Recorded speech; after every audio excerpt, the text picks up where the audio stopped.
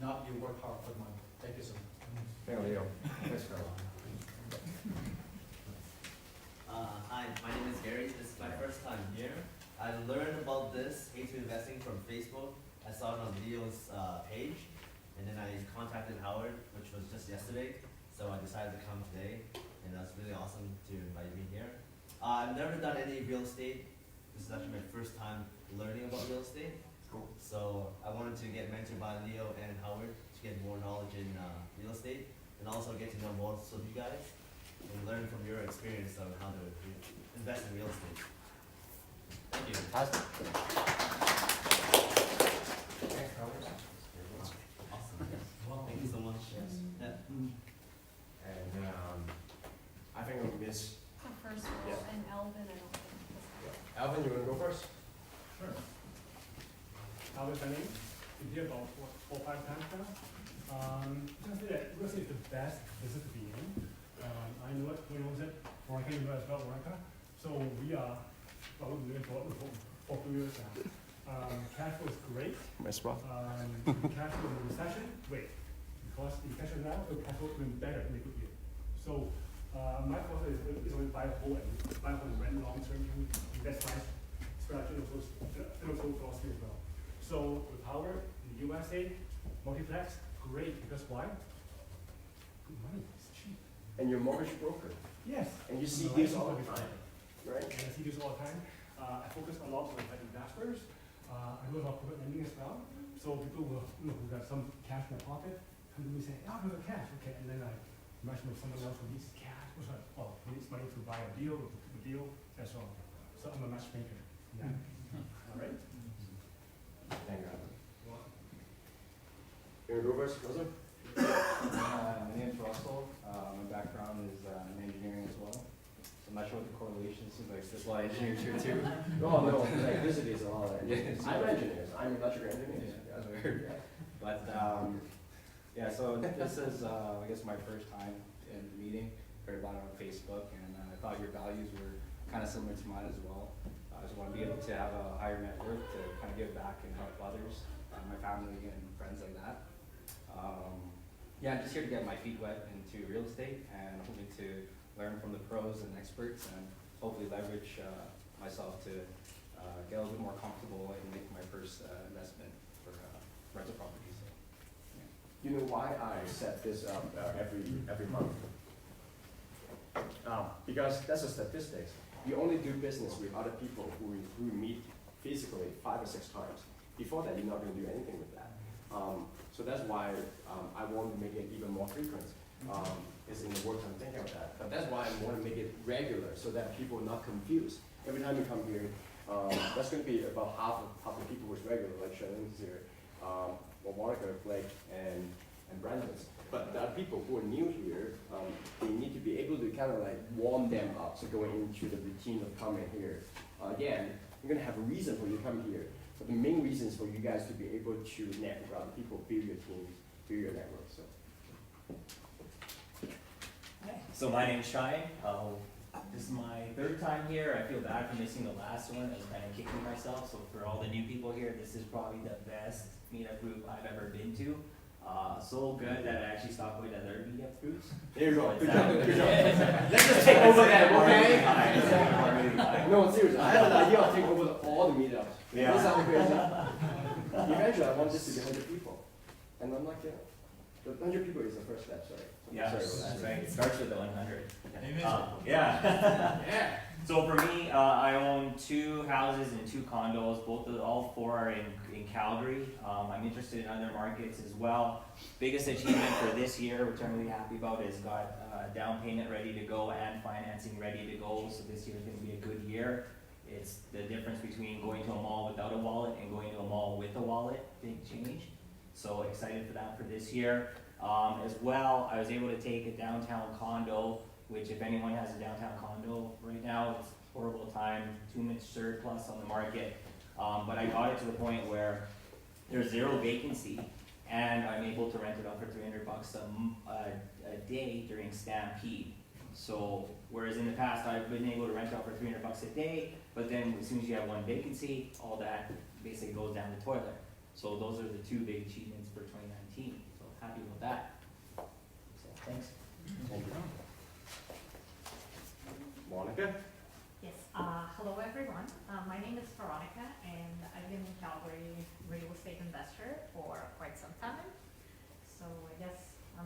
we are one of those unicorns because there are not so many full-time real estate investors in Calgary. Who's full-time? Who's full-time? Real estate. Almost. Sorry, who's what? Who's full-time? Full-time. Sorry, Full-time. full-time, sorry. Yeah. So, yeah, we find good and profitable properties, and we partner up with people who want to invest with us. We'll pile up resources, money, and we'll do the work, and we'll share the profits. That's what we do. I'm also would like to explore more about real estate investing in U.S. because it's something that kind of been on the back of our minds for many years, but we've never done anything in U.S. And not for various reasons, but it doesn't mean that we wouldn't do something like that at some point.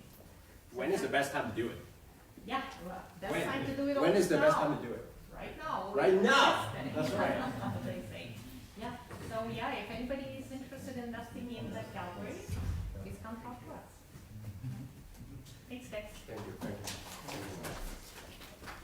Blake? Hello everybody, my name is Blake. I'm a real estate entrepreneur here in Calgary. I have about 5 projects right now, rent-to-owns, a mix of flips, rent-to-owns, and I have built a business with a partner of mine here, Brandon, for short-term rentals, Canada and US. The biggest achievement I've done in 2019 is really exciting. In real estate, it's really more about the people you know, and doing partnership and things like that, and really be able to acquire more deals that way, and yeah, and then building a business from the ground with a partner of mine, Brandon. Thank you. Hi everyone, my name's Brandon. I've been coming to this meetup, I guess, for a few months now. I work for a private equity firm out of Toronto called R2 Crowd Capital. We help originate some debt. We build a whole capital stack for developers, so we raise equity on that side of things, on the other side of things as well. And then I'm also building a business with Blake, and I'm partnered with a couple multifamily syndicates as well. I guess my biggest achievement in the last year was we got 3 or 4 deals done with no money of my own. Bought a fourplex, bought a condo. They're all cash flowing, a couple $100, and got a wholesale done as well. So. There's a lot of cash for in Calgary, so a couple $100 is pretty good. Yeah. Yeah. Well, I guess I'm last.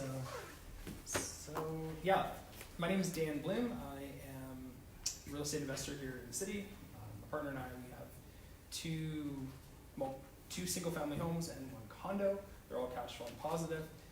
We've reached this point where we've either just run out of credit or we've run out of money, and there's so many more opportunities out there in business and also multifamily that just really intrigue me. There's a number of people in this room that have reached a level of success, much greater than the one that I've reached, and they've done a few more things, and I'm just curious to pick their brain and just to learn from them.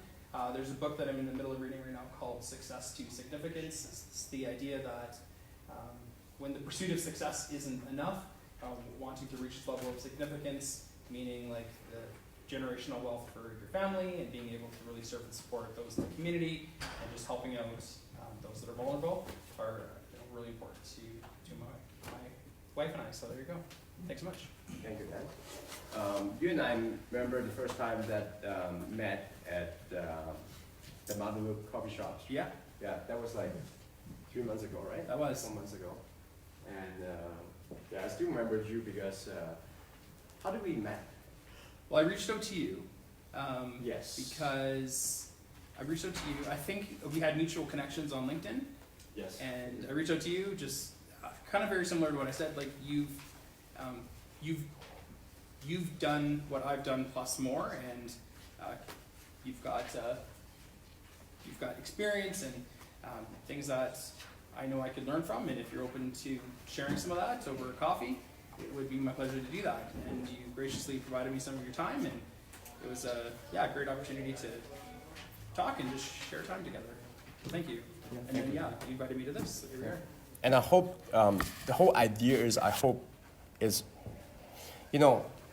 the end of the day, we all have to make a living.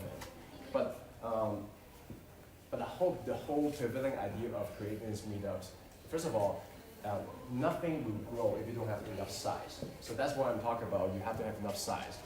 And I say that many times. I do ads. I do Facebook ads, meetups. Many people have been harassed by me on personal messengers. If you are scared of selling yourself, if you really believe in what you want to do, it's great. It's really hard for you to build any critical mass. So that's why I do. That's why I do what I do. Because I don't charge anything. I set up meetings, and it doesn't cost me a lot of things. It's just printing things. I want to build this network so that eventually you guys can do things. So that's why I do it. Nelson, you want to do the last one because you. So what we're doing here is if you're first time come here. So talk about if you don't want to talk about it, just talk about your name and why you're here and okay. My name is Nelson. I'm very new to real estate as a whole, but I'm fascinated by the whole concept of real estate. I've read quite a little bit about. I didn't have one. I just don't know how to put it. Okay, so I'm Nelson. Still have to put my sticker. So I'm really fascinated by the whole concept of real estate. I'm just here because I want to learn more from people that are into it. I also want to connect with other people. Personally, I'm a business owner. I'm into retail business, but I would like to diversify my, I like to diversify my stream of income. What's your business? So I deal with hair extensions and wigs specifically for ladies and also for men. As well. You're not the one doing marketing, right? No. So we do have a storefront, but we also are currently working on developing an online platform. We are located. We are currently operating in Marlborough Mall and Sunridge Mall as well. We're hoping to grow the business to other malls. But I mean, the business is doing okay. But I feel like as a person, I like to take new challenges. And I feel like being in an environment like real estate where we have different opportunities and different strategies of creating income, I feel like it would be a good way to grow myself. Thank you guys. Thank you, Nelson. So I want to get a feedback, instant feedback, because I do this every time. The group getting bigger. Do you guys feel that that's values when I ask you guys to stand up and give you 30 seconds, or this is too much? Of course, it's very good. It's very good. Sure. Yeah. Okay, that's good. Then I want you guys to fully utilize it. Sound like it matters. So my 30 seconds. So I started this seminars about 3 years ago, right? Monikers and others were amongst my earliest participants. I remember the days that have 0 people attending. And so this year, my commitment is I'm going to do 10. So we talk about how I'm going to do it from all the way to researching market value reviews, finding money partners, due diligence, closing, money partner, and all that. So that's what I'm doing. So far, I've done 5. I haven't updated the slides. So we do 10s. And I'm also going to do 4 multifamily boot camps that I showed you already.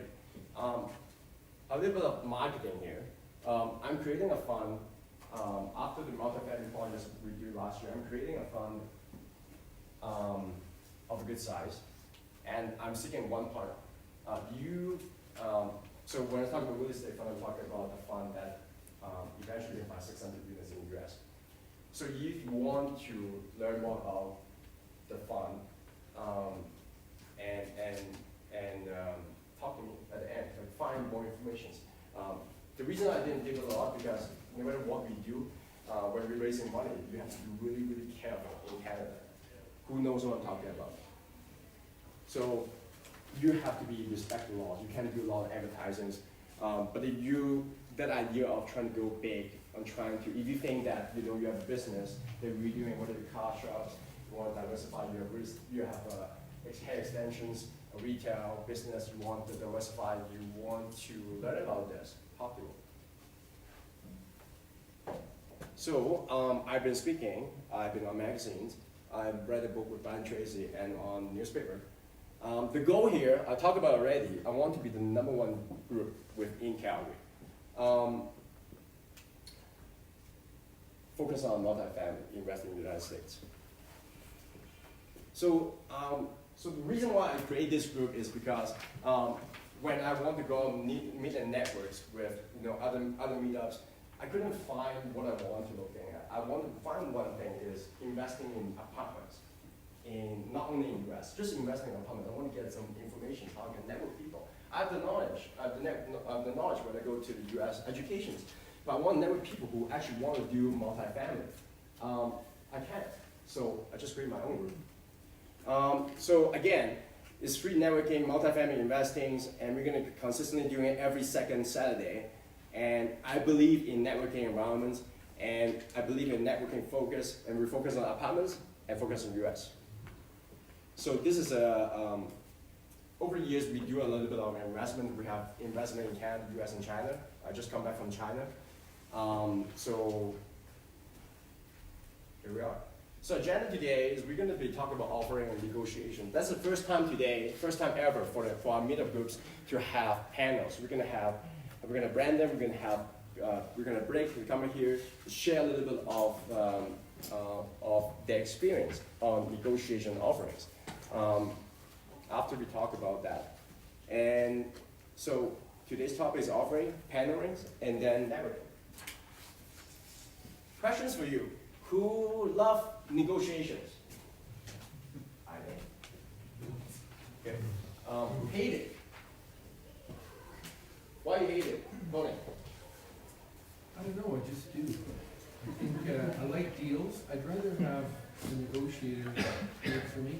Give all the facts, and I think I talk too much. And sometimes, no, it's true. If you talk too much, you can give away your deals. And I generally leave a lot of money on the table, and that's what I was taught. Well, there was a trade of, that's the saying, I don't know whether you guys agree. Good sales and good negotiator is the opposite. Because if you do really good sales, you do a lot of things so they can close the deals. So now it becomes the opposite of a negotiator. That's what I heard. Interesting. It's true. Because, well, if you really want to close a deal, and I'm talking about, let's just say you want to close a client, like in front of you, I'm your client, you want me to put on your ads. You're gonna be promised a lot of things. You're gonna try to keep the promise, and you're gonna try to deliver. Mm-hmm. But if you do that, you're not a good negotiator. Usually, right? There's not so much you can do, right? And then, yeah, why you hate? I'm not very good at it. I'm not very good at negotiating. I'm one of those guys that find numbers, I find them, I do it properly, and then I like to figure out if it's going to cash flow for me or not, but negotiating is one of my weakest points. Okay. It's good. Well, hopefully I said that, I hate it, right? I'm really honest guy. Like, I know a little bit, but that's why I get people here to talk about what is the professional experience on negotiation. Can I just say one thing? I think Sure. there's a bit of, well, that's my experience, it's my opinion, and I'm biased of course, but there's a bit of a misconception in the society about what miscommunication is, what negotiation is. We think that you actually have to argue with the person, and you actually have to, just get your way and not necessarily leave anything on the table. But that's not what our experience is. For us, negotiations is all about follow-up. Negotiations is about building relationship. Negotiations are making sure that there is certain win-win, that people are happy at the end of it, so that they come back for more business with you. Negotiations is about being relentless, being obsessed, and being an expert in your market. Without it, like pretty much nothing. And I mean, I don't know Tony that well, but something tells me that he's a master negotiator. He just, for some reason, doesn't want to admit it. Otherwise, he would be where he is, because every successful business is sales, marketing, and negotiations. That's one of his negotiation tactics. There you is go. that- Good job. I want to talk to you. Yeah. I printed 30. I think today we have 31. So one of you guys will short.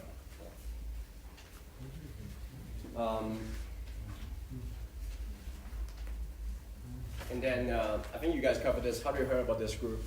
But I'm gonna answer this. I need you guys to raise your hand. Who come here because of Facebook ads? And Mandy's gonna take a picture. Come on, guys. Be honest. Who come here because of Facebook ads? You see me because of Facebook ads. Well, I didn't see you from Facebook ads. I got more interested Oh, because is of that, Facebook ads. so you know me because of Facebook ads? Or Facebook? Yeah, Facebook. Yeah, I Okay. just did my research. How about, Is that something? yeah, oh yeah, okay. How about email? Email, I'd go okay. to- How about me following up with you guys? Okay. Okay. Okay. And how about just meetup group? Like you just go online and search meetups? Anything else? Helps me. Word of mouth. Okay. What I'm doing, perfect. Yeah. Because I'm doing my sources. Why is that? Because I show you that marketing matters. I have to know how I place my marketing dollars so that I can help you grow this group. That's the reason. So talk about, so I'm giving you guys the letter in hand.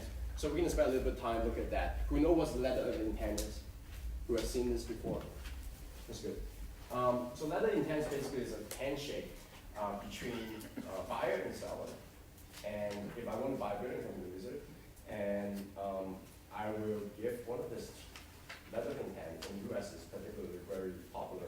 It's basically I want to buy this building in what kind of price, what kind of terms, and they get a lot of dates, like effective days, closing dates, and what kind of conditions. So basically, you can look at this as basically this is the document the lawyer will draft to becomes an effective contract, which is what we call the PN, purchase and sales contract in the US. So, so this is really important. But one thing about letter of intent is it is not binding contract. It's a really good confidence handshake that you better be honoring at once you sign with both the seller and buyer. But it is basically is the idea of like if I want to buy a building from Brandon and I'm going to give this to you, and once we both sign, unless there's a really really big thing that is not meeting at the beginning of the due diligence, we should execute it. So how to offer, and one thing that I learned along our due diligence is our offering is don't love the deal because we're buying investment here, love the numbers, and we have talked about analyzing numbers. Who were here last time when we were doing the analyzing the news? So you guys learned about how to do the due diligence, how to analyze the numbers. So if a buildings, so who invests in multifamily in Calgary? Multifamily 4 units or more. Okay. Do you love your numbers? They could be better. They could be better. So one thing, thank you, Wood. One thing that I push people, whether the people invest with me, my investors, is when I tell them is, you know, you can find cash flowing properties in Calgary. You can buy properties and do value add and sell it as a quick flip or whatever. But it's really hard to buy cash flowing properties. And when I invest in real estate, I believe in cash flows. Because cash flow, you can see it next month, you can see it 3 months from now. But if you're buying a properties that you do value add, if the value add is only your play, meaning that you go in and increase the rent potentially by doing things, you know, in Calgary, no matter what you're going to do with your single family or multifamily, you're not going to increase the rent at this time, period. Right? Because the market is not helping you, right? So it's hard. So love the deal, don't love the numbers, don't love the deal. So I'm going to talk about. I actually recorded a role play myself, just with myself.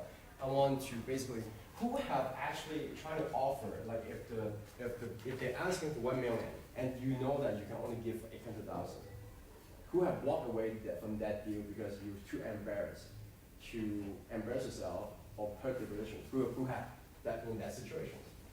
So today I'm going to give you solutions for that. This is how I do it.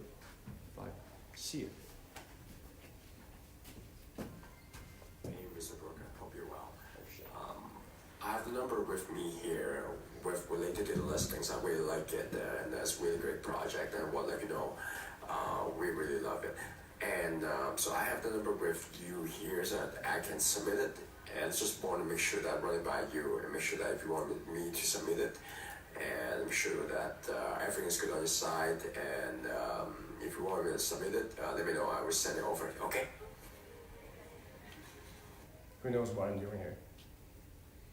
You're building interest. Voice message? sorry, what was that? Some voice message for the intent? No, this is I record this so that if that's how over the years you want to lowball. Basically, I'm trying to lowball, right?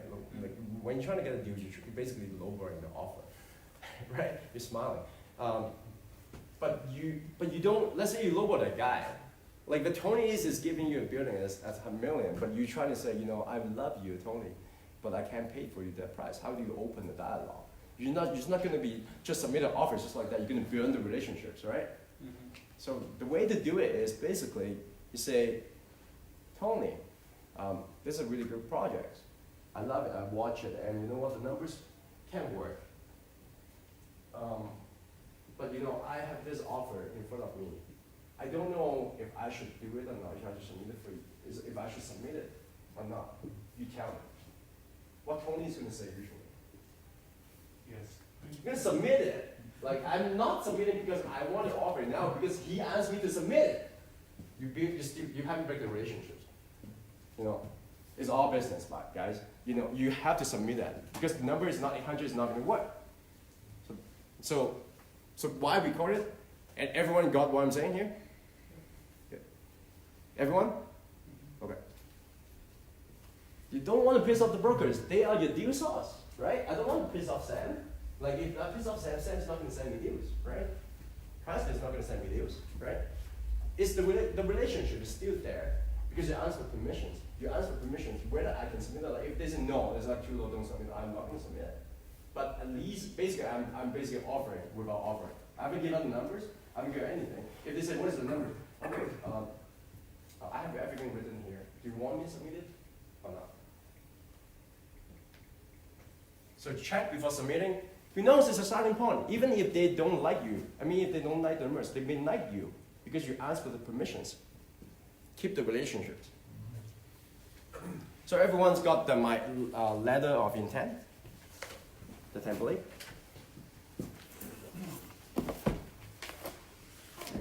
Why do you said this is popular in the States, why is it a letter of intent popular instead of simply making an offer, conditional on due diligence? Sorry, say that again. Instead of just making an offer conditional on due diligence, they have to do those documents, you have time to inspect, time to look over it. But why is this letter? Yeah. So this one, we call it letter in hand. It's the first document. If I want to buy a building from Cosmo,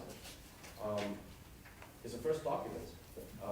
You can tell me that you're trying to offer it, but this is basically the first official document when you're trying to deal with any commercial purchase. Why do you do it? Because even though you're not going to write a contract from the first call, you still need to make sure that days is there, the deposit is there, and bless you, and then the mortgage is there, the property's name is there. So basically, you summarize this document in a letter of intent in about 3 pages, 5 pages, without actually getting your lawyers to charge you $2,000 to $3,000 to actually to write the the purchase and sales contract. So that's why I say earlier is once you sign, flip to the last page. Everyone flip to the last page. From a commercial standpoint, that means absolutely nothing to me.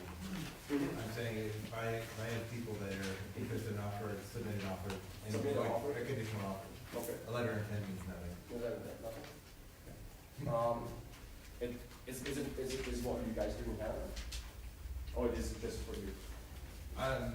No, it's just what we do it within our brokerage too. It really bears no weight. Is it commercial? Is it a multifamily or is it?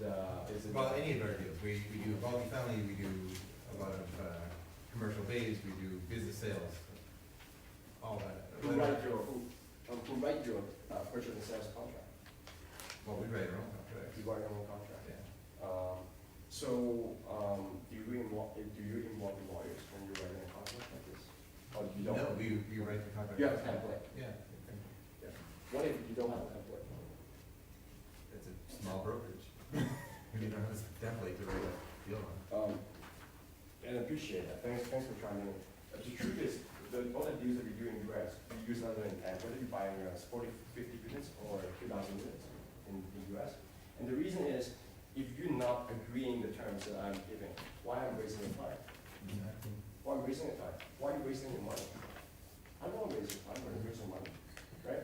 If you don't agree that this is the first time that I'm going to submit it. If you're asking me $1 million or like $5 million, the highest offer is 3.5.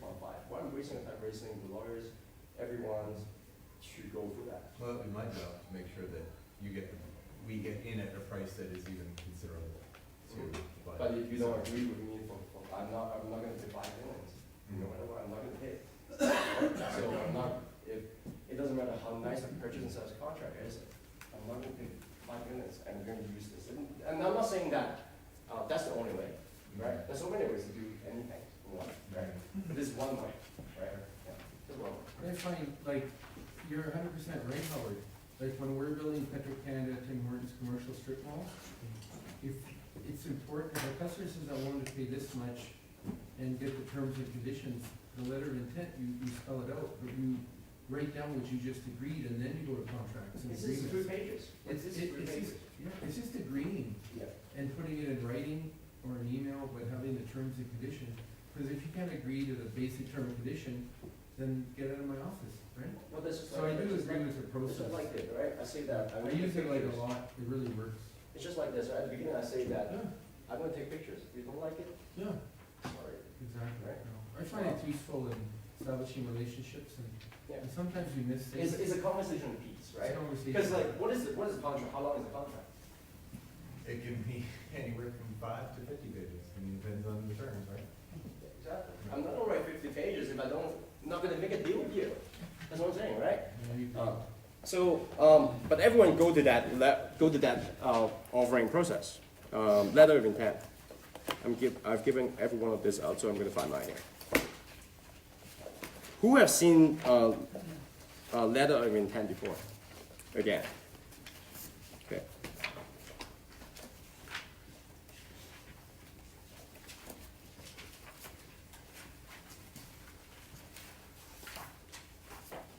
Okay, I need yours. Can I get yours? Focus. So, at the beginning, you're gonna talk about purchase price. What is the mortgage of that? It's just really high level. Basically, what is the letter of intent does is basically lay out every single thing that you can think of, most of the things, before you go to lawyers. Inspection period. So someone talked about the inspection. So this is due diligence things. You want to talk about inspection period. How many days you have to inspect that? You notice this is really different from your commercial, your residential contract. Because residential is really standard. This is not standard. This is usually really not standard in a way that every state will have its own contract because every state has its own law. Alberta, if you talk about Alberta's, Alberta buying real estate will have different contract from Winnipeg. Sorry, what? Sorry, this is a rookie question here. No. So how does a Canadian just walk into the US and just buy a building? And obviously you need your team, but like as a first timer, like how do you do this? So we start from here, right? First of all, if I'm a Calgarian, Yeah. but I'm definitely not the first one to walk in the US and buy apartments. No, I know you're not. That's just my question. Like how does someone just go Learn. into it? I think what's the Learn. process behind What's it? the process for Educate. Yeah. Right? First, because like if you haven't educated yourself, you don't even know what question to ask. You really educate yourself and talk to people who have done it, right? There's a lot of people. There's probably the 2 to 5% of people who have done it. But there's people who have done whether single families or multi-families. Get knowledge from them. And one thing is, you're right, it's harder. But when I talk to you about the ratios, about $150,000 per unit in Calgary and get $1,000 of rent, comparing to $30,000 US to get $500 of rent. You guys are engineers, you're pretty smart, you know the ratios. I would do a lot of things to overcome that kind of ratios. That's just what I'm saying. But you see this at the beginning of my slides. I say,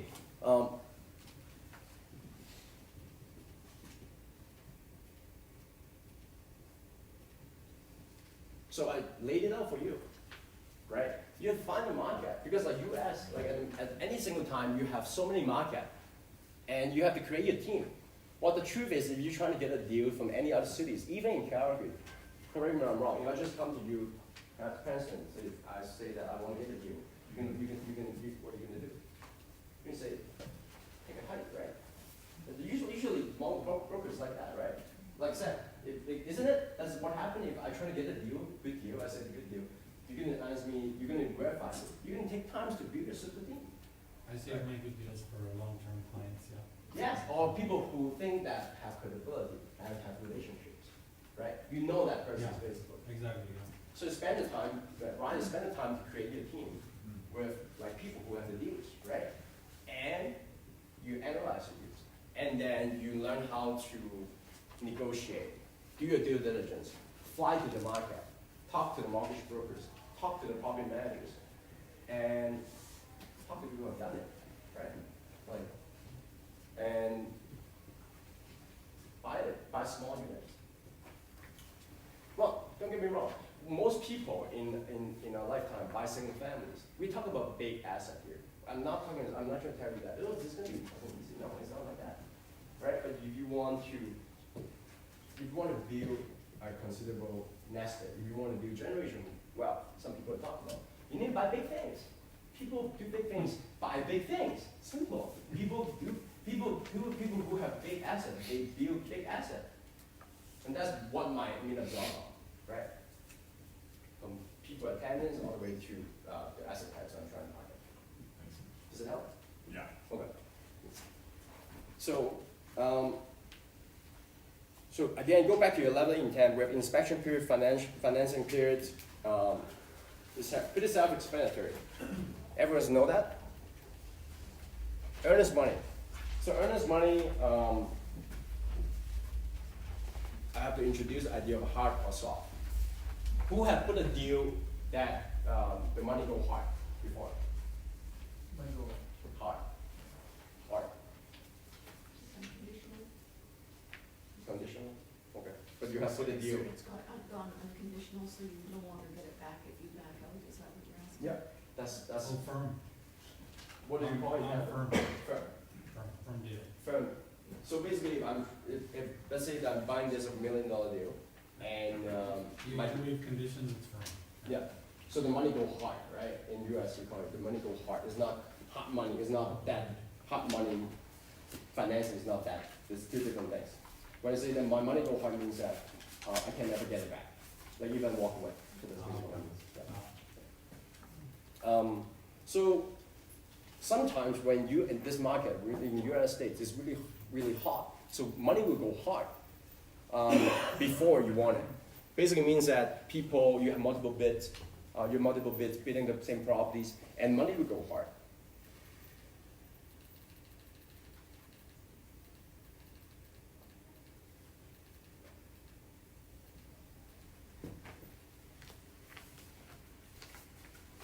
So one thing I want to specify, which is really important, is the closing date.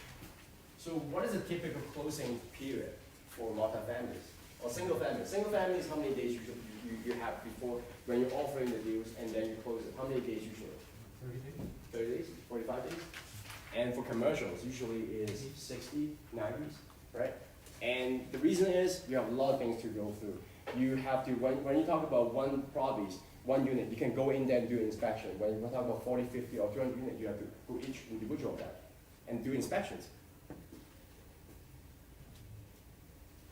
And one thing about multifamily is, or commercial, is many times you get extensions. Extensions such a way that it could be a lot of things. Can be the banks actually come back, they need more time to look at the numbers, or can be you need more time to raise your money. So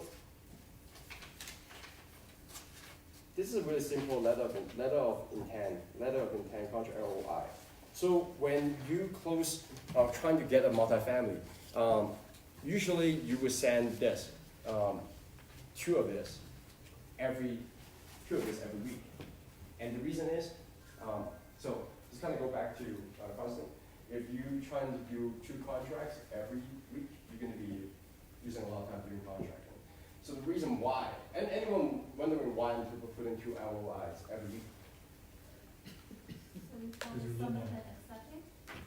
Sorry, one dollar. Sorry, If you do 2 every Week. week, you probably will get accepted once, less allowed. exactly. I don't care if 95% of my offer doesn't get accepted. Because if you want to get a good deal, you need to make your number works. It's as simple as that. Now, on the other side, the brokerage will want you to put better through price, of course. But if you're investing with your investors, what is your responsibility like? Traditionally with responsibility, I'm talking about. To get the best deal for your investors. Exactly. Sorry, I don't care what my broker said, but I'm going to keep building relationships with them. But if you don't have money, if you don't have a deal, you can't close it. If you have a deal, you have no money, or you have a crap deal and you're locking yourself, you can't help it. So that's why I do 2 offers a week when I'm buying properties. That's simple. So includes purchase price, repair allowance. Repair allowance basically means when I look at that, I want to negotiate that, let's say it's 20, 30, or 50K, that part of the purchase price that at the closing, they can reimburse me so I can do the work. Effective date. Effective date basically means that the time that you can sign the contract, when the clock ticks. Let's say 30 or 60 or 90 days. Basically, let's say now I submit the contract to, the letter of intent to Russell. And Russell signed it on day number 1. And that's the time we have this letter of intent kicks in. But that's not the effective date. The effective date is going to take the time from here. Because this is not an actual contract. The actual contract come into play is, I get my lawyers come in and create this nice purchase and sales contract. Whether that is like 5 days or 10 days, the lawyers take a week or so to create this. And when we both sign this, that's the effective date, where the official time hooks in. Is everyone getting it? Because the reason it's very important is because like when we say, because on this letter intent, we also say that how many days to close, right?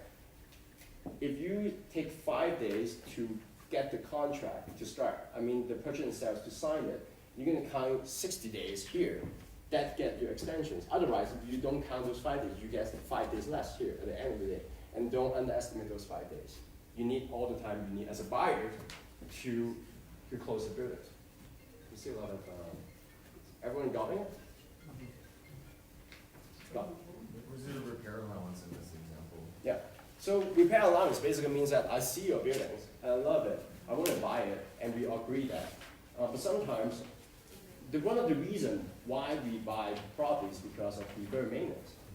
Deferred maintenance, everyone's know what I'm talking about.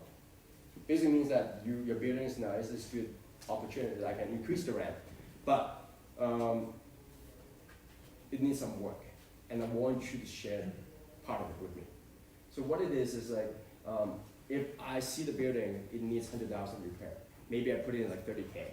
It's the negotiations, right? I want to buy the building. I'm not gonna say that you need to prepare everything, but basically, when you say you agree 30,000, put it in the contract. It can be on letter of intent or the purchase and sales agreement. It means that at the closing, I'm gonna pay you 30,000 less for the down payment, right? Or you're gonna, this is the thing, right? Whether I'm gonna pay the full down payment and you give me 30,000. Usually it's on the settlements, like when the lawyers handle this on the title company in the US. Is the settlement company will minus my deposit by 30,000. So that you're saying that I'm going to be help you as a buyer, Howard, a little bit of the repair because of the conditions of the property, because I negotiated certain amount. So you're not actually doing the work for me. He's gonna do the work. I'm like no one's doing any work here. So it means basically your property is deferred. 30 years I haven't done anything, but I want to get basically it's a reduction of price. But we call it because it's under maintained. Basically, that's what it means. Does the seller for that purchase price or whatever don't they already consider that repair allowance in the cost of when they're trying to sell that building? Yeah, usually sellers, right? They want to get the highest price, and that's the saying that we as an investor buy and sell properties in different ways. right? Like you certainly would not buy properties in the same ways when you are selling the properties. So basically, long story short, repair allowance is the way that you can negotiate the price down, right? For example, my buildings, when I got in Amy's last year, I got 25,000 of repair allowance, right? So I paid less to close the buildings, which is very important. Like, So before you submit your letter of intent, what work have you done before submitting the letter of intent? Good Like, have you question. looked at the rent roll or anything? Or Good you- question. Yeah. So I do a lot of things. So by the time of submitting this, it means that I like it. I like it enough. So basically, I already done at least go to site and see the units. Not all, but at least want to see 1 to 3% of the units. The more, the better. Yeah. Because they're always trying to show you the best anyway, right? Yeah. You're not gonna guarantee that you see. They're gonna show you the best, right? And I already do my rank counts. I know what's my exit strategies. And why is it important? Because most of the play that we're doing is value add play. The building where we buy is the rent, let's just say the average is 380. I want to see what's my upside, right? Why is it important? It's because you need to explain to the investors what is your return is going to be when you do your due diligence, when you do your calculations, your underwriting, right? Because, so let's just say that the market is 550. Why I'm doing the market comps? Because my current rent is 380. If the market is 550, what's the difference? 120. 120 times 48 units. A lot of money. How much is it? I don't know. You love money? Get a calculator. Like, do it. This is important. This is very important. I'm going to use this example to teach you how to do value add. So 48 units, 120. 120 bucks times Blake, how much? 48. How many years is how many months in a year? Times 12. How much is it?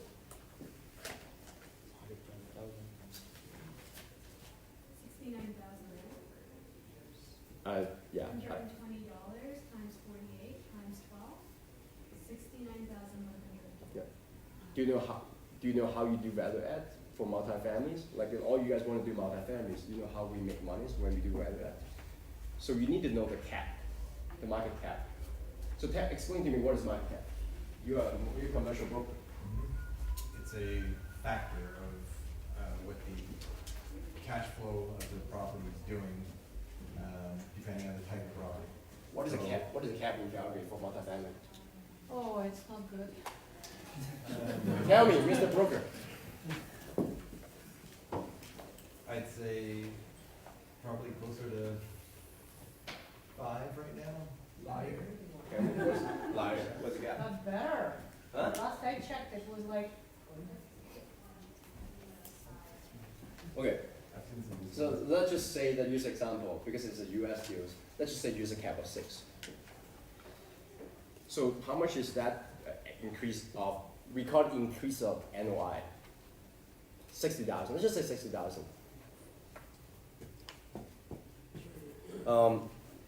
60,000.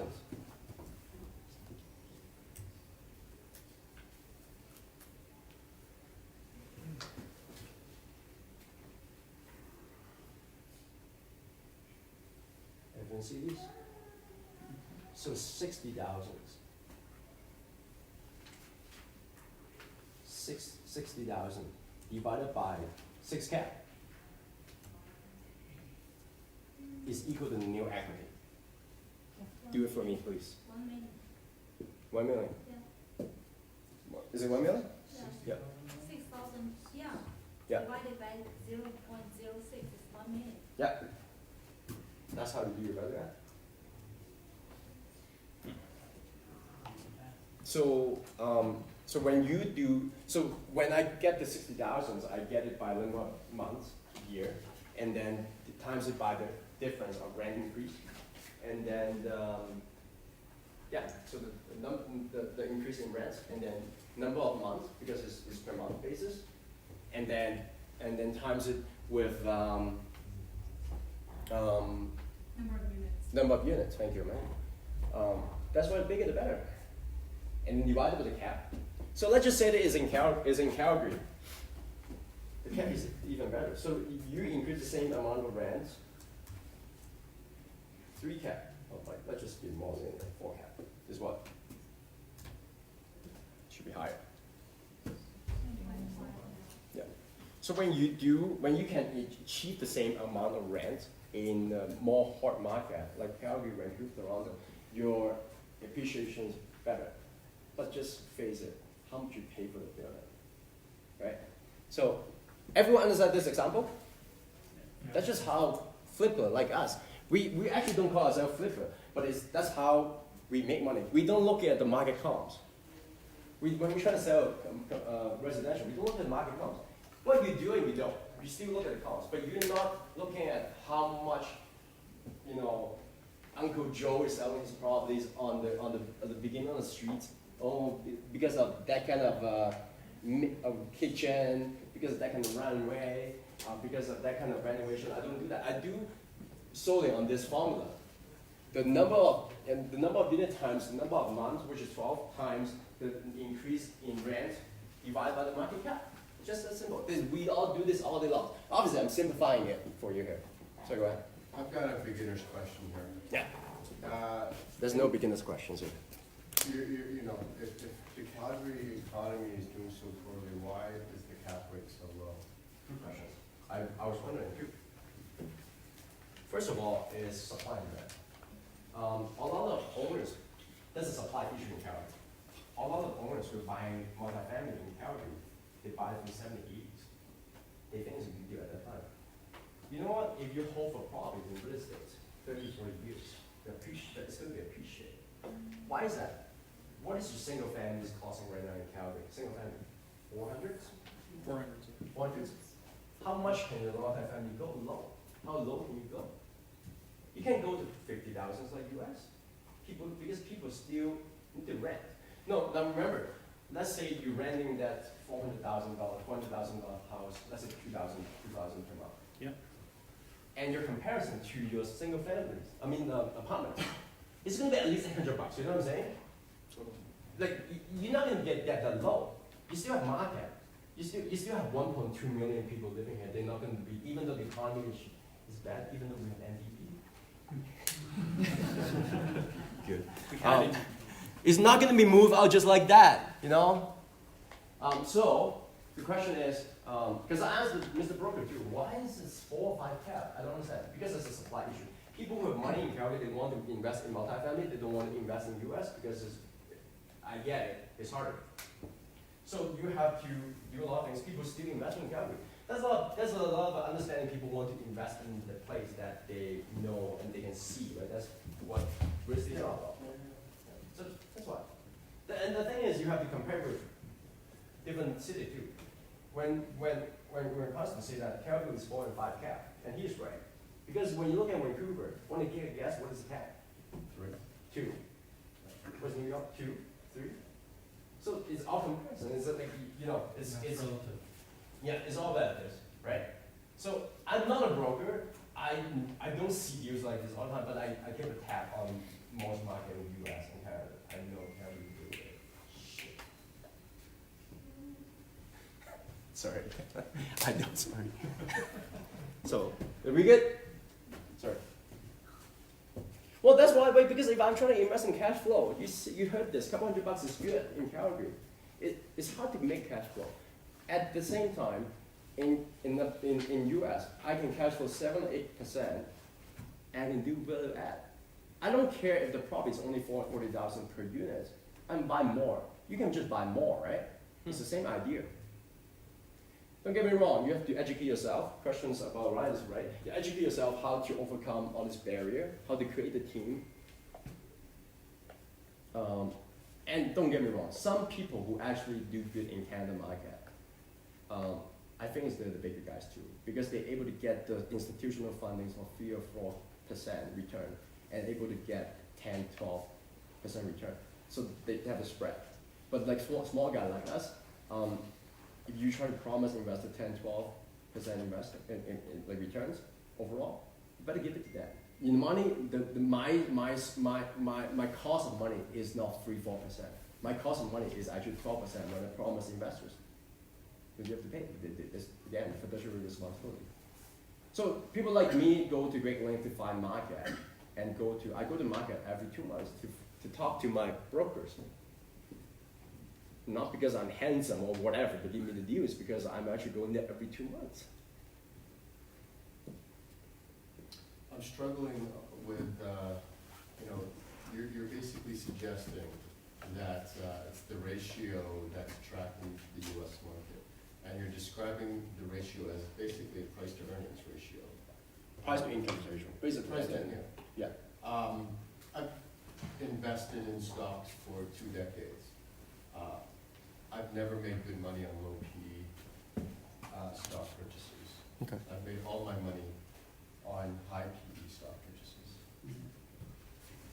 I think there's a reason why things are cheap. That's what cap rate is.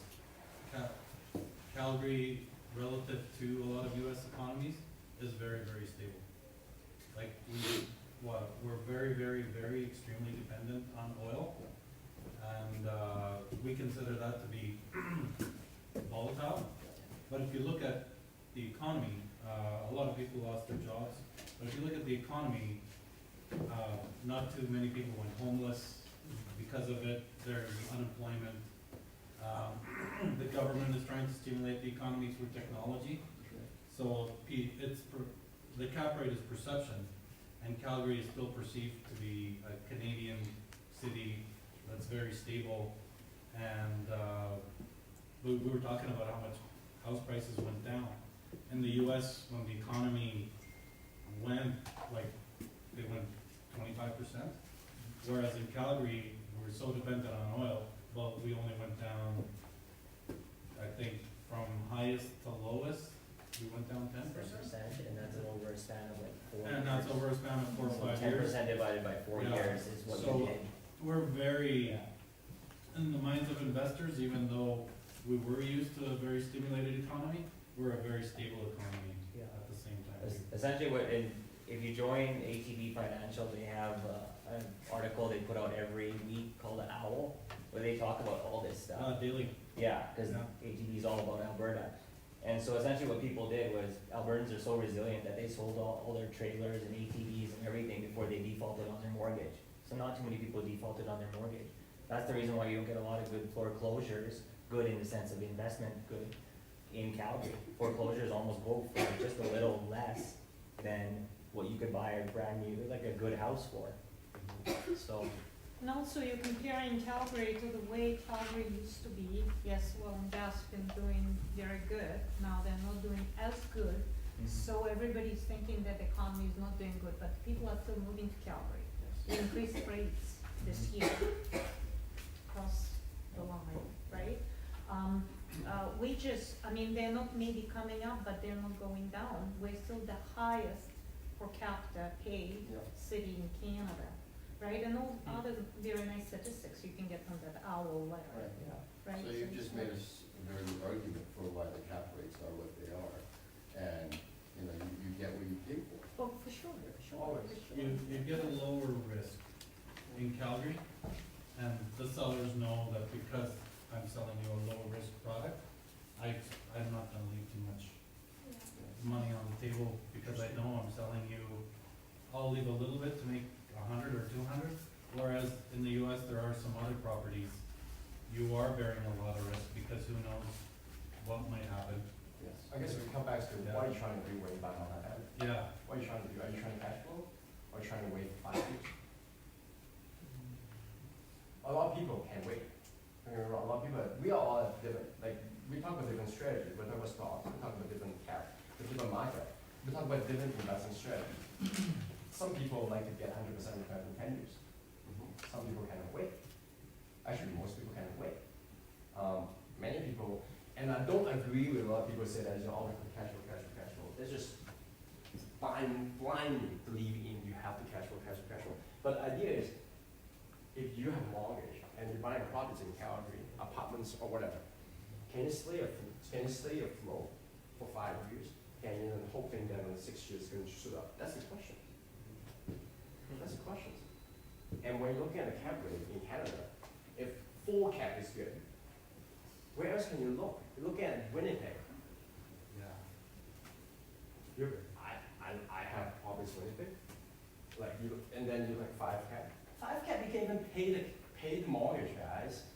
Like, don't get me wrong. Like everyone has different preferences. Because I invest in Calgary, I used to be because I don't want to go other places. But when I'm able to only cash flow a couple $100, including because I'm paying for myself for property management, that's just not how I scale it. To scale it, you have to have a team. When you have to have a team, you have to pay your team. If you're paying a team meaning that you can't cash flow, that's pretty bad. That's just how I look at it. Okay, we have to run quickly. On the submitting offers, so you're going to request title, and you're going to request bank's deposit, bank slips from the rent, 6 months, income, we call it rent rolls. We talked about it last time, people who have come here for the underwriting for 3 years, profit and loss for 3 years, so that you can actually analyze the building. And then what else you can ask? You can ask for engineering reports. Basically, when you talk about commercials, you want to see that's no asbestos. You want to see the leaking conditions, and you want to see a list of the personal properties, what they're using to maintain the lawn, what they're using to maintain the properties, and whatnot. Active service agreement. If you having someone to mow your lawn, maybe they already signed a contract with you. If you have someone to come here to do your laundries, laundry in the sense that they may give you the machines, they may already sign a contract with you. So, with the sellers. So when you buy the properties, you may be liable to keep that. So you have to know all of those. I'm flying it because I want to keep the time. So, and then you also want to know the real estate taxes, right? And the insurance, right? Because when we talk about apartments, you have all this kind of your property management fee, you have insurance, your mortgage. The mortgage is actually below the line. You have contract service, you have insurance to talk about, repair and maintenance, and then utilities, thank you, Wendy. So you have all those, and then you have your NOI. I'm not going to be explaining it to you today because we run out of time. Come to me if you want more of that. And then you're using NOI minus, we call it below the line, which is your debt service, which is your mortgage, and then and then that's your cash flow. So submitting offers, I say that 1 to 3%. You want to have access for appraisal inspections, and you want to put extensions and commissions on the LOI. I can give you the due diligence checklist too. So in here, what I have is basically when you're offering, so you answer that, what do you do? So ideally you want to do most of this. So you want to have, so because you need a list, we talk about 20, 30 items, all the way from annual statements, utility bills, property tax, insurance policy, all the contracts.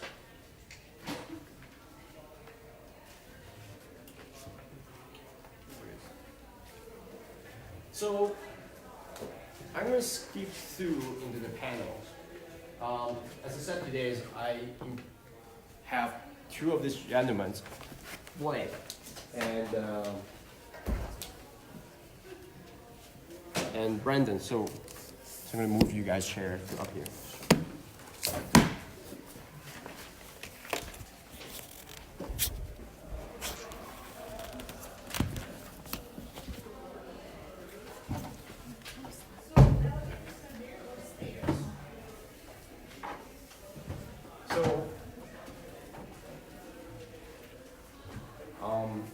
I know there's 2 gentlemen from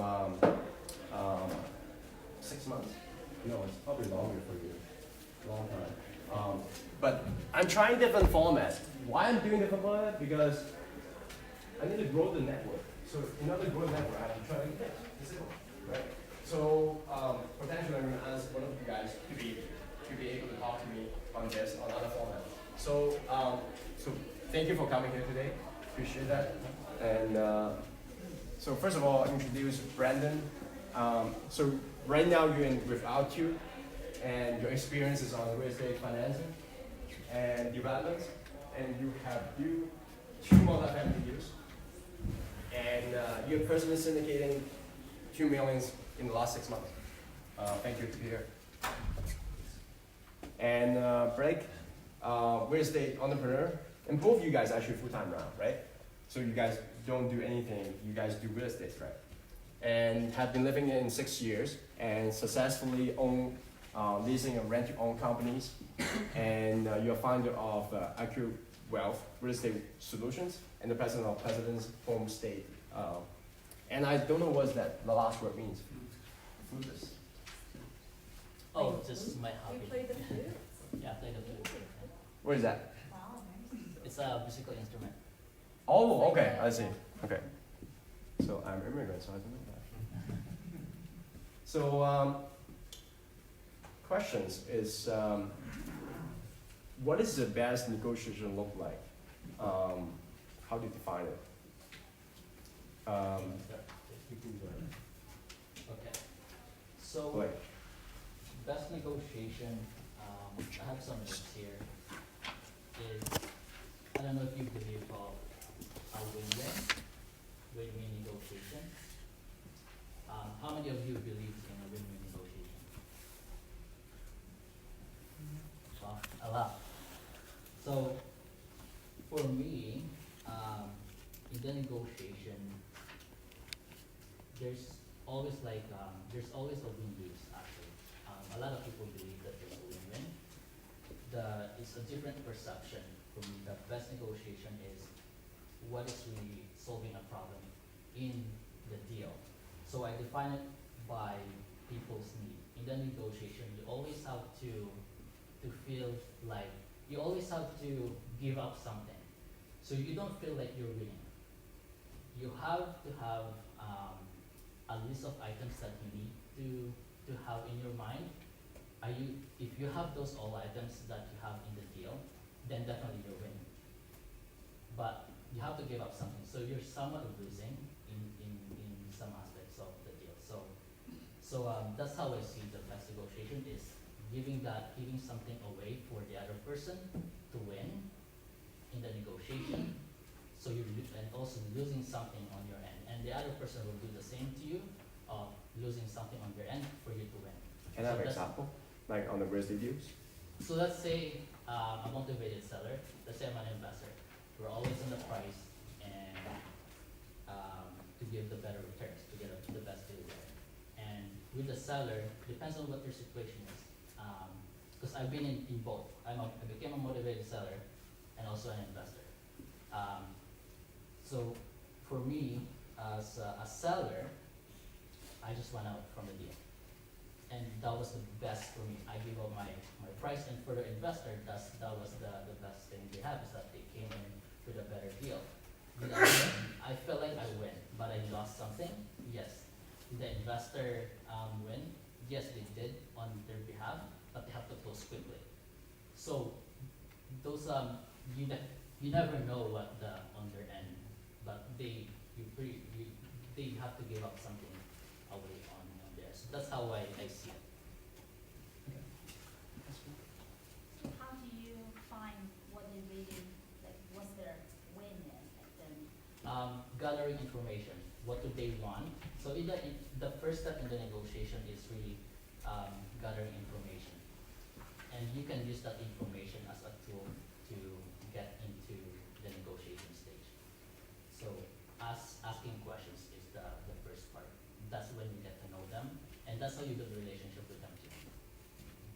Basically, ask your questions, get them more information. Why they're selling, right? Yeah. What are you doing? Some sort of hardships, or you just want to grow your real estate? Because it's totally different.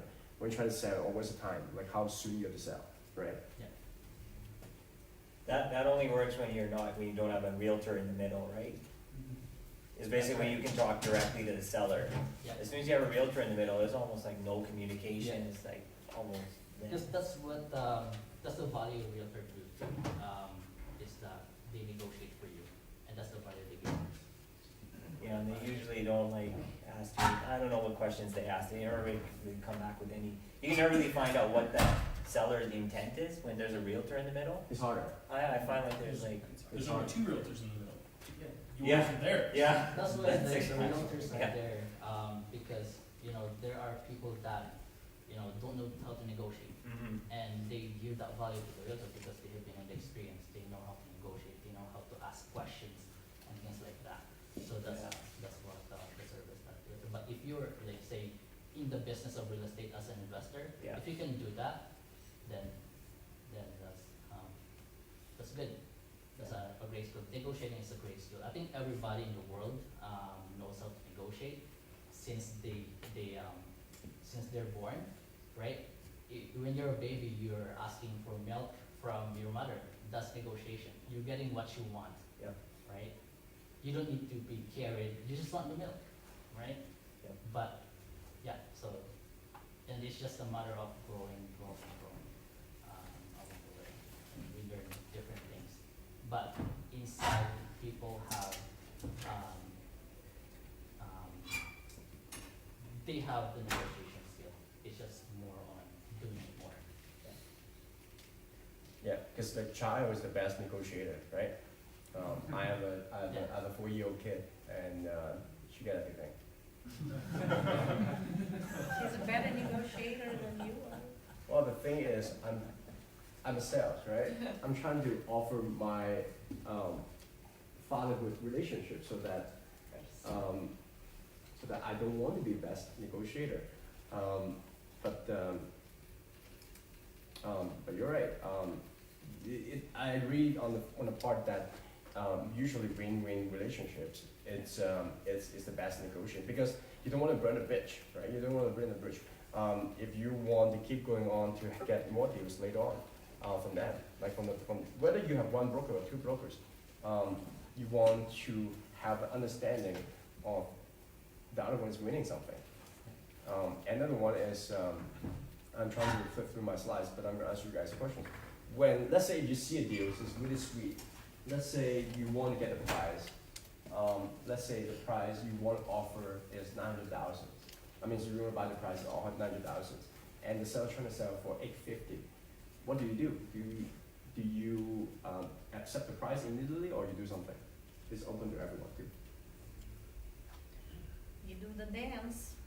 What is that? Explain it for the people who doesn't understand. You work with people. You work with people and you're just trying to keep communication going. Yeah. Because as long as communication goes, the deal is not dead.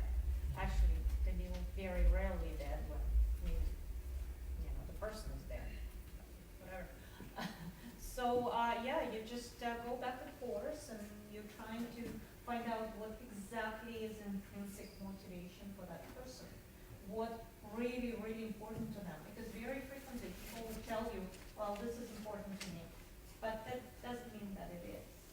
And you start kind of working with them, and all of a sudden you discover that what they think is important to them is not necessarily what really is important to them.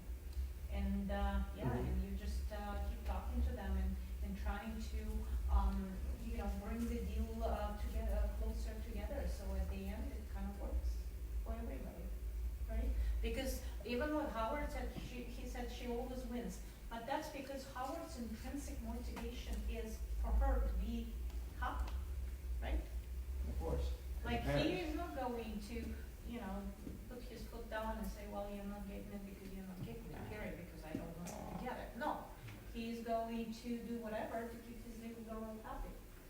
So, Which is a part of the negotiation, because what I'm looking at is so he wins too because she's happy. So the questions for you is, Brandon, how much will you offer the seller if the property match all your criteria? If my price is 1 million, and this is everything you got, and you think it's worth 1.2, how much will you offer for the first going? Well, I'd probably find some comps that are worth a lot less than that. Yeah? And and adjust the price accordingly. So, for example, if I find a comp and, it's been painted, and the property you're selling me is not painted, then I'm gonna bring that up, and I'm gonna lower that price. If I find a comp and, a property, let's say, But let's say your that, property has something the other one doesn't, I'm gonna keep quiet about it. but let's say that you know the property is gonna go off the market very soon. If you're gonna dance too long, what will you do? Let's say that you know it's a good buy, but you need to buy it at this price. What would you do? Would you give the full price, or would you? It depends, it all goes back to their motivation. So Mhm. if they're sticky on the price, then maybe I can find value somewhere else. So, okay, I'll come to you, up to your price, but you have to throw in, all the furnishings for the entire building as well. So I'm adding value as well and changing the deal. Exactly. Actually, I have a question based on Yes. that. So it's a little bit easier to find like comps or comparable properties when you're looking at, let's say, apartments or single family homes. But when you're at the point where you're buying big multifamily within an area, you might not be able to find comps. So how do you sort of adjust to that? You can reach out to other brokers and look for sold deals in the past, right? And also for us, we found the most helpful thing to be, to know exactly what are your criteria. Like if you're not willing to do this and this and that you're just not, right? Then you just walk away from the deal, sometimes that happens too. Yes. You guys operate out of Calgary or in Canada, or where do you guys do a lot of your stuff, I guess, your business? I do mostly here, most of my projects here in Alberta. How about you, like, And- or us or Brandon? Me as well. I'll do that, yeah. So I was hoping, so the reason why I'm asking this question is I was hoping of this. So even though you want to jump into a deal, let's say you want to close this deal, you know it's a vacant deal. That's basically what I'm trying to say. Match everything, you know that you go out, you're gonna be easily pay 1.2 for this $1 million deal. I would still, Brandon basically answered that question, is I would still try to negotiate. And the reason is you don't want to immediately accept the price at that moment is the seller psychology internally, they would think of, did I miss something on the table? Did I leave some money on the table? And you don't want the seller to think like that. So Brandon's talked about is I will throw in some conditions, exactly what it is. Because you want a seller to think that it is good, but it's not good enough. So he may come back, no, I'm not gonna give a condition, I'm gonna sell you the full price, leave it or not. At that time, you can accept that. The reason is you already paid the devil advocate, basically, oh, okay. Because on the seller's mind, it's like, oh, okay, I win it, right? You always want the other side to win it if you can. The mindset, even though it would be basically the same deal that you just accept from get-go. That's what I'm trying to illustrate here. Next. How many deals you see each day? How many plans you offers for you? Like, how many deals you go through your desk on a daily basis? There are different deals. I would say about 2 to 3 deals. 2 to 3 deals. Yeah, and they're all different. Like it's not all about flips. There's sometimes rent to owns, sometimes short-term rentals. So. But you have to work in order to get a deal flow, That's right? Like the deal doesn't just come to your lap, right? Whether a good deal or bad deal, right? You will find a good deal among the bad deals, right? If you don't have, if you only have 2 or 3 deals a month, the chances you're not gonna see good deals, right? Yeah. And it takes a lot of deals to analyze before you can get one. What is the And ratios? The ratios, what is the ratios? 100:1. Yeah. You know, most deals you look at aren't actually deals. That's the funny thing. They're just sell, right? So where are you getting your deals from? Like, the traditional, like, do you build your relationship with these brokers, or you look at, MLS, you look at whatever? Because what I hear is, by the time it reaches MLS, then maybe those are the ones that everybody has passed on, and really when you're looking at that, it may not be a good deal when you even though the number looks really good on MLS and that, but, you know, there are situations when, you know, this is what I'm hearing, like, by the time it reaches MLS, maybe it's already, it's not. Yeah, that's true. You can get some information on MLS though. MLS is a good information tool that you can get, that you can use as a negotiation. What I do find is, especially for my projects in terms of this, yeah, it's mostly based on relationships, building relationships with brokers, but you have to let them know your intention. You know, what I usually say that, okay, because right now, everybody has access to MLS. You can go to internet and find a property in area, and then anybody can see it.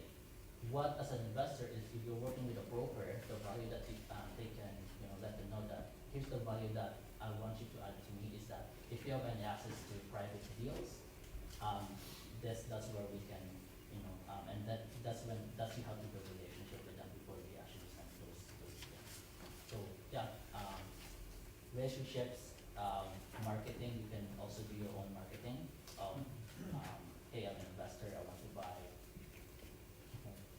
goodwill or something like that, and you know, yeah, it's mostly real estate brokers or in events like this. People have properties, and you can make a deal happen with them. And do you compensate those brokers that bring you deals, or is that Definitely. something? There's some Definitely. compensation? Old school real estate, just networking and talking to people, that's how it gets done. What's your best negotiation techniques you want to share? Brandon, let's go first. Well, just creating win-wins, throwing more, if they come back at you wanting something, you throw more at them, just like we said before. So, if they say, no, I'm sticking on this price, you say, okay, I want the furniture, I want to paint it, I want it, you say 3 or 4 different things, and if they give you 2, you're still winning, right? The list, right? The bigger list. There's a thing called, you want to create a bigger list. Even though the list doesn't make sense. So what is it doesn't make sense is that you can only justify it. Let's say, just like example, like if I want to give you an idea, I create a lot of values for this meetup. So flow in a lot of things. I say that I'm gonna do meetups. I'm gonna do every second Saturday meetups. I'm gonna flow in books, and I'm gonna flow in free education. I'm gonna flow in panels, and I'm gonna flow in Facebook marketing. I'm gonna flow in a lot of things. So at the end of the day, a list is just a list, right? A list is just a list. But it's going to go back to branding. In marketing, we call it stacking, right? It's the same. For me, is bringing the momentum. That's another one, is that you really have to show that you're interested in dealing with them. Just like what, you know, Howard is saying, that there's some people that, you know, I don't want to do this, and then you don't waste your time. But if you show them interest, that, hey, I want to solve your problem, this gives you momentum. That's the first one. And then you gather information, because you can use those information that you have as a tool. Then using those information, you can gather facts, you can get into their emotions, right? The pain that they're having, and you can use that pain to against them to negotiate them, but by asking them questions. So let's say, you know, a seller wants to sell a house, they want to get out as soon as possible, right? And they're paying monthly payments and things like that. Then you can give back to them, asking questions: how you gonna get paid? How you gonna pay this mortgage? What happens if this, you know, asking them questions. If they have a backup, sure, then you can use that. You have that information too. But I think it's really about raising the pain. Like 10 times the same they pay $2,000 a month for 6 months if they can sell it, times it to that. So you have that information.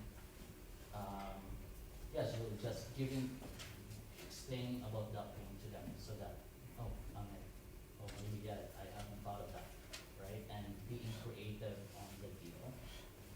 And here, and then you start cluttering. You have the information, then start cluttering, because you can present the offer. Here's my offer.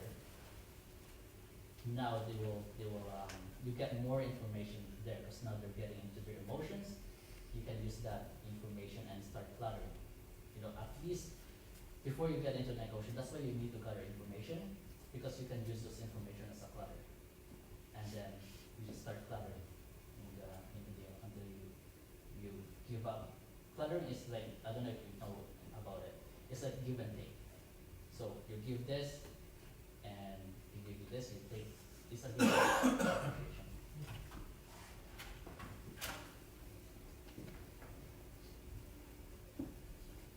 Good. Yeah, it's you learn it by experience too. So like, there's really no like class or something like that. You actually learn it from dealing with people. So I'm still puzzled because I've never managed to get face-to-face generally with the person I'm purchasing from. It's always the realtor and another realtor. Yeah. Are you being somehow filtering out, or you found a realtor that you know is a great negotiator, and in that case, how did you choose your realtor? You can instruct them as well, right? You can say, oh, I want you to ask these questions, right? And then you're helping other person as well to do that. So that you have to be in control in the negotiation, even though there's a realtor with you, because you're still, the decision is still on you, right? So realtor's there to negotiate with you and bring the information, and then you have all the information, but it's your decision. And it's different from residential, commercial as well. Like lots of these residential properties, you can get in front of these for sale by owners, and that's typically what everyone wants to do. It's easier to negotiate. They're typically not informed as well as if they have a realtor representing them. Whereas it comes to commercial properties, you're going to be dealing with realtors most likely, and that's a little bit harder to negotiate face to face. But I think, and I would just like to add, I think you're in a way also negotiating with the realtor, right? Because you want to convince them to be on your side, and they should be, but give them more ammunition, right? Like let them know all the things that you want, and so that they can communicate that message clearly. And some of them, they won't do it for whatever reason. So you just find somebody who does. Yeah. But if you're dealing with an experienced negotiator as well, they may not give you all those things. It's, you know, we talk about how you get a good deal, but, you know, and one of the things is finding the seller's motivations. But if you're dealing with somebody that's as experienced, they may not give you those details because they know the motivation, right? And then maybe that's not your deal, right? Yeah, then you know that's not fair. If they're not willing, if they have a realtor that's a motivation, and they're not willing to disclose anywhere, sometimes they're not willing to. Yes. Sometimes in the negotiation you have that gut feeling, right? You feel your gut feeling. If it's not a deal, it's not a deal. Okay, for the last questions, I'm gonna give away a book. One last questions? No questions? Can I give you 2 cents on negotiation? Of course. Couple of things. In the last 8 years of real estate, I found, many things that, from my own experience.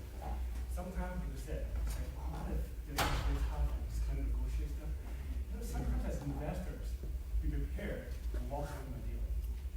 I mean, it's not life and death, it's walk away, because you know what, you walk away, you lose nothing.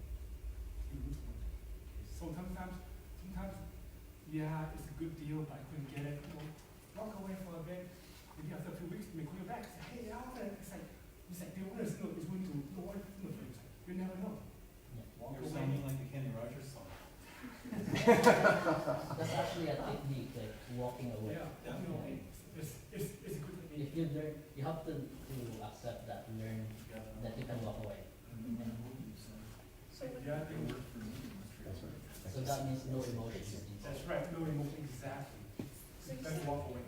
You see you're getting 2 or 3 deals a day, where are they coming from at this point? Like, is this stuff you're finding on the MLS and looking at, or is it stuff that somebody is phoning you up and say, hey, you should be buying this? We have a team that I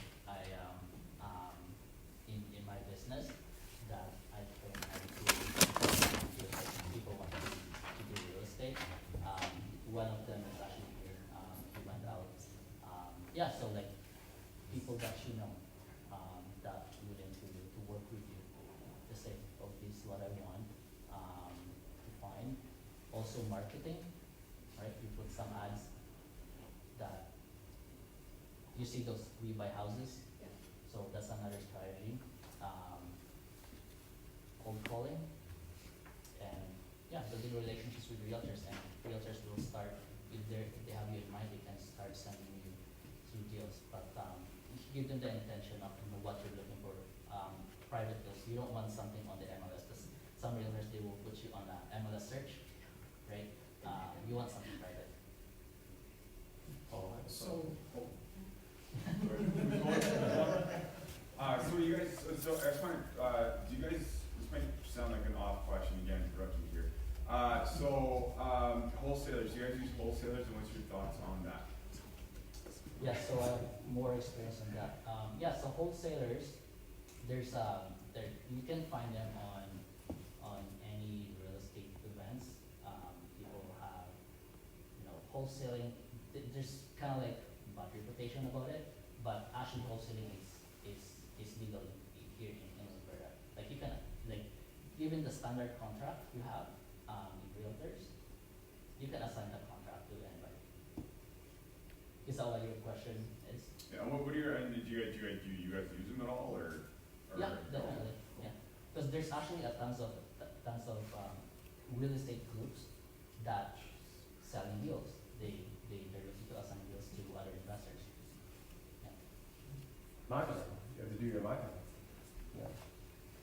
So, like you talked about like cold calling and stuff like that, right? So do you use like those lists where there's lists for people that say they're backing up on their payments and stuff like that? So how do you find people to cold call?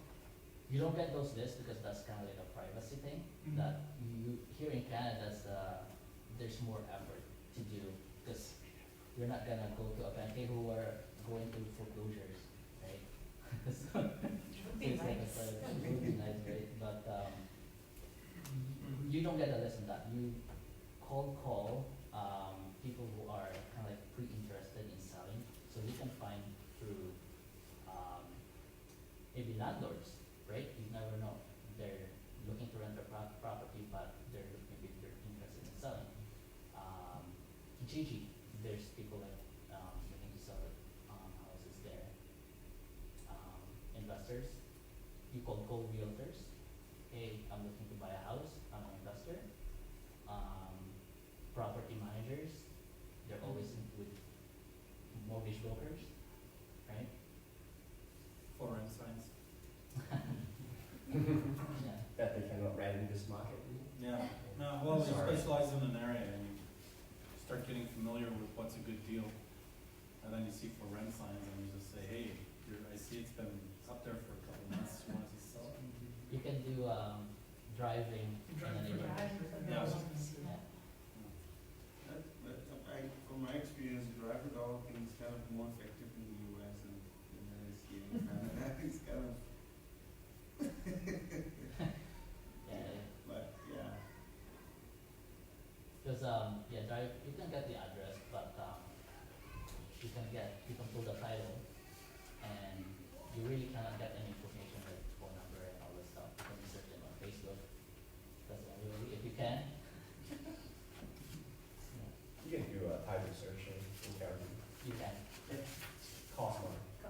You do it for free, but you don't get the full title though. You don't get the person's name. You Yeah. get public, you get public access. Just You get full title, no problem, go on, spend. Yeah, spend too, yeah. $10. Yeah. Probably spend two. Next.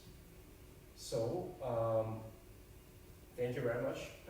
That's it for the panel. Yes. Thank you. Appreciate it.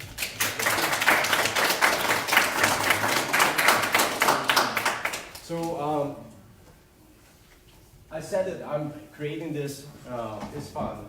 So I said at the beginning, I said it now again, we don't give one partner. So you want more details, talk to me. And then 3 ways to do anything with me: partnership, educations, or invest with passive investors. So again, talk to me. Questions? When is the next printout? Oh, that's a good question. So on the 13th of July, so we're gonna talk about due diligence, talk about financials, physical, and legal. So on the same place here, it's gonna be in the library here. I haven't booked a room yet, but it's gonna be one of these 2 rooms here. 1 o'clock. Is there any way we can get the video from the Fridays meetup? The previous meetup? Yeah, Yeah. because we missed the Friday session. Yeah. So we don't have videos for all things, but I can send you. Can you send me emails for like if you request for the ones who request videos? Yeah. Maybe the meetups notes and also the slides, so I can send some of those. Yeah. So please send me. Yeah. Of course, yeah. And then I'm setting up those week camp as well later on this year. So take a look at that. So that's one of those. So that is different from the meetups because that's like totally full weekend things. Just gonna talk about those topics. So now is the networking part. So if you remember that at the beginning I talked about that, the big part of coming to here, learning the things, but you know what, to be honest, a lot of people stop there and they learn and they learn and they learn. They never take actions. And by the way, most people that's including you. So a big part of creating your whole real estate network, and it's so important that you can't do everything yourself. You have real estate broker, you have builders, you have brokers, and you have investors. So I want you guys to spend the next 15, we're running a little bit late today, 15, 20 minutes to network with people you want to network. So again, circle yourself with high quality people, knowing what they want and trying to solve the issues. Like you have people who actually have more experience than the others, trying to learn from them. Thanks for coming. Now's the time.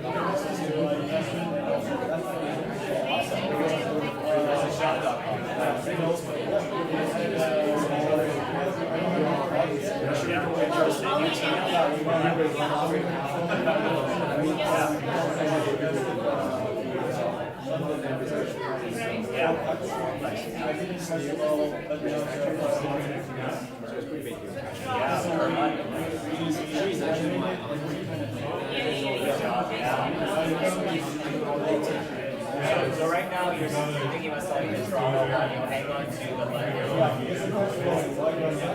yeah. And then there is a floating price. Appreciation. Appreciation is out right now.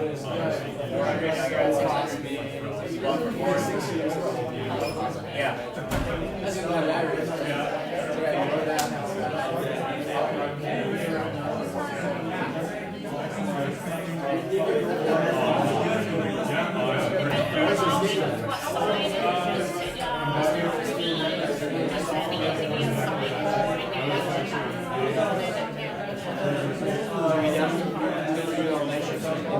Yeah, well, I mean, the builder some builders allow you to assign, right? Meaning you bring somebody and Mr. Builder just goes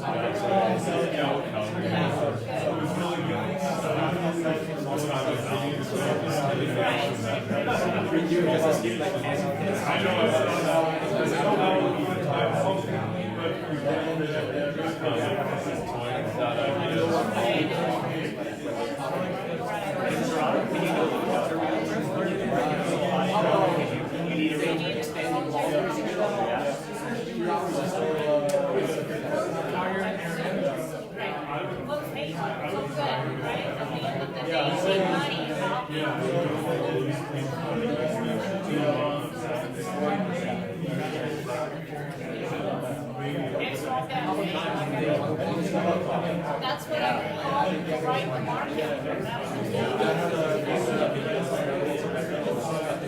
People that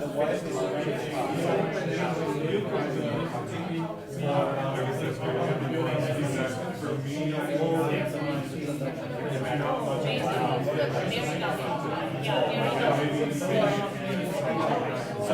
when you then you get your money and you have some principal there to play with, what market do you want to go into? What do you want to invest?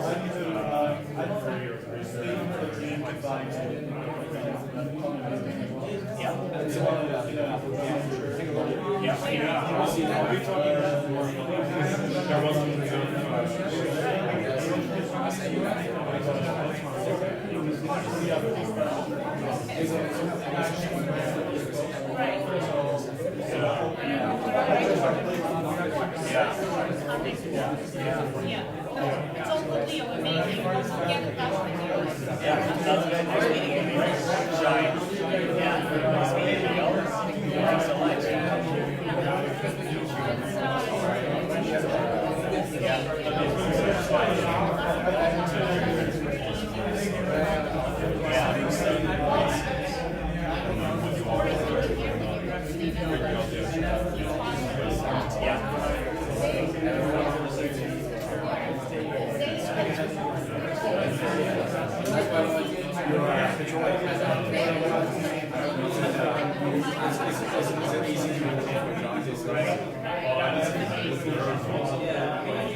Anybody's gonna make money in that kind of right? That's how usually they see you again, yeah.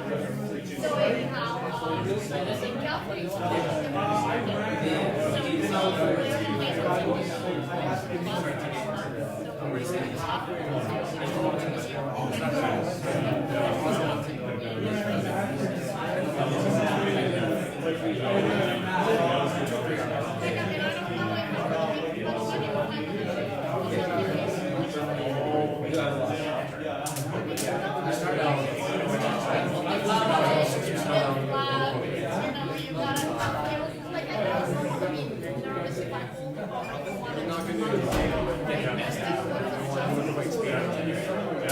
You can't get the best deal from the first two deals. First 5 deals won't be, actually the first 5 deals won't be anyway.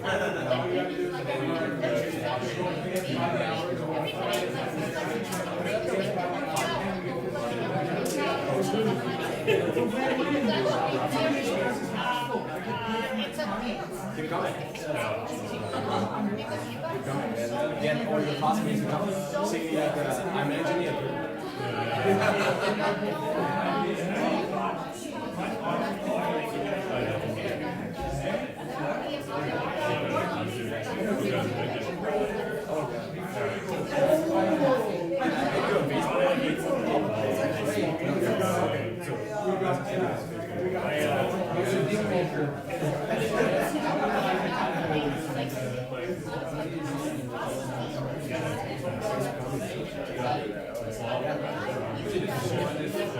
See you on July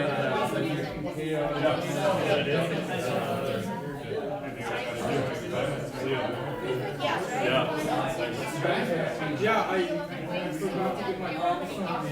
I was ready to talk to the whole family board. So, yeah, so they have to come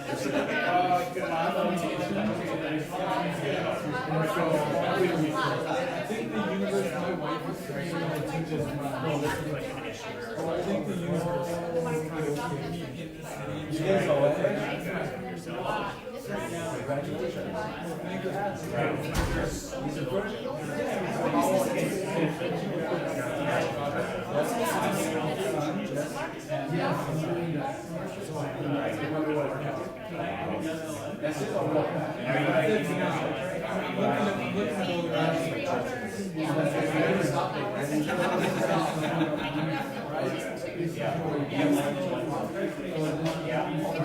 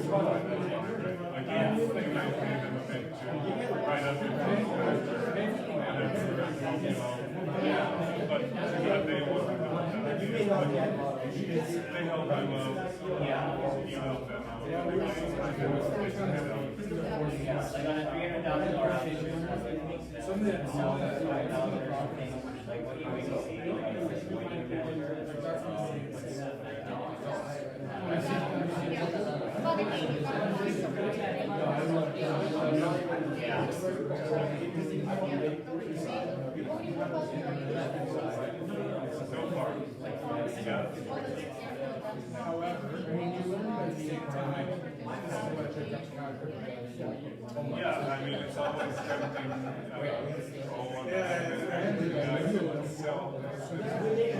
but,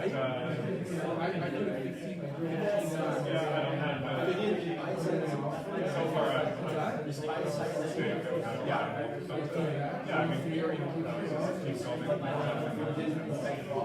I'm definitely,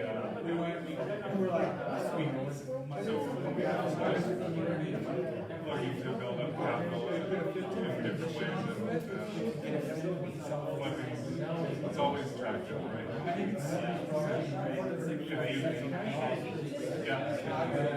Yeah, I do all the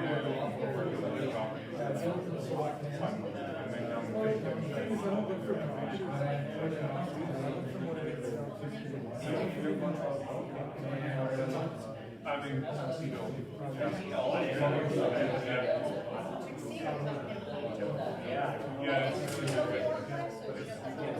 it's just a side by side.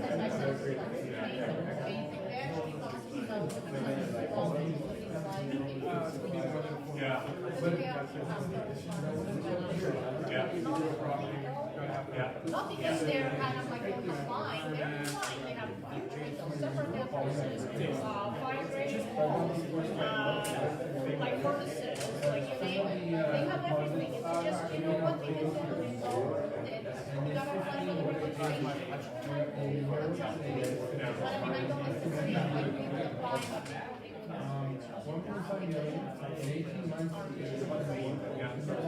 it's not like you're trying to do funding.